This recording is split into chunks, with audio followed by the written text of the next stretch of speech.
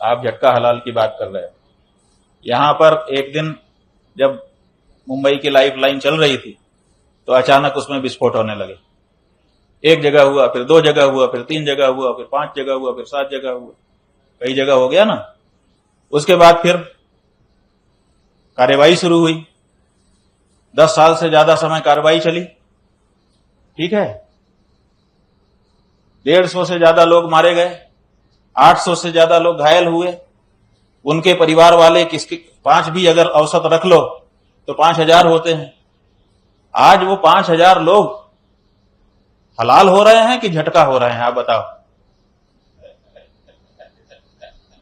और 5000 लोगों की सुनवाई नहीं है।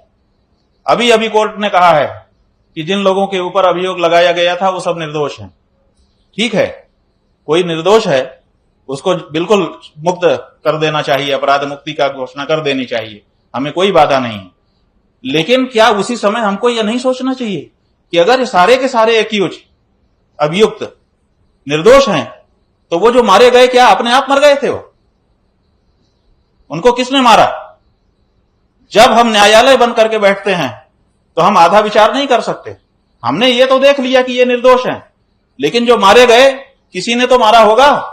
उसके बारे में कोर्ट ने चिंता दिखाई, उसके बारे में कोर्ट ने कहा, कोई निर्णय लिया? निर्दोष को छोड़ देंगे, ठीक है, बिल्कुल छोड़ दीजिए, बिल्कुल निर्दोष को सजा होनी ही नहीं चाहिए, लेकिन दोषी कौन, इस बारे में आप चुप हो जाओगे? आपका कोई जिम्मेदारी नहीं है। यह न्यायालय का कैसा निर्णय है? 5000 से ज्यादा लोग, उनके रिश्तेदार नाते जोड़ लो तो 5 लाख लोग होते हैं। और यहां भारत में तो हर व्यक्ति एक व्यक्ति से दूसरे से जुड़ा हुआ है। तो पूरे मुंबई के लोग, जाने कहां कहां से कौन था, वो लोग इसके लिए पीड़ित हैं, दुखी हैं। और आज उनके बताया जाता है कि जो पकड़े गए थे वो तो है ही नहीं है। तो इसका मतलब कि कोई पकड़ा ही नहीं गया, कोई पकड़ा नहीं गया। इसका मतलब है कि किसी ने किया ही नहीं ये घटना। ये घटना तो अपने आप घट गई थी। तो जब अब तो बंबई चमत्कारी शहर हो गया कि यहां तो अपने आप घटनाएं घट जाती हैं, यहां तो कोई घटना करने वाला होता ही नहीं है। ये कैसी परिभाषा बन रही है?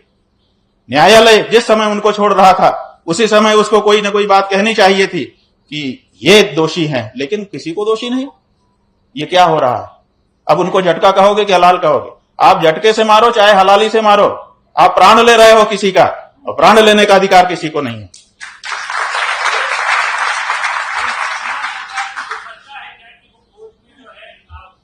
भाई, इस सरकार की विफलता है, ये अलग बात है। यही तो हम कह रहे हैं कि क्या न्यायालय को यह निर्धारित नहीं करना चाहिए था साथ ही साथ कि इसमें अमुक लोग विफल रह गए हैं।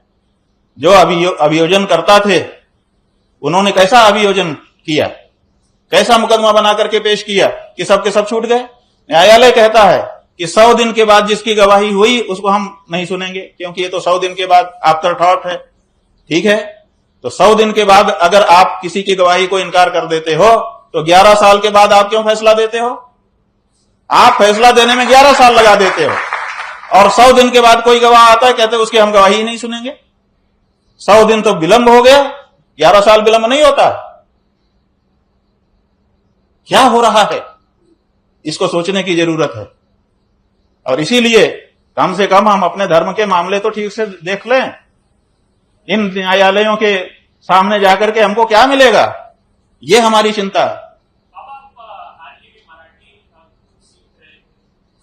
हम मराठी सीख रहे हैं और हमने कहा है कि जब हम यहां से जाने लगेंगे उसके पहले आप लोगों को बुलाएंगे और पूरी प्रेस कॉन्फ्रेंस मराठी में होगी। एक बात जान लो, उस दिन आपको मराठी में प्रश्न पूछना पड़ेगा।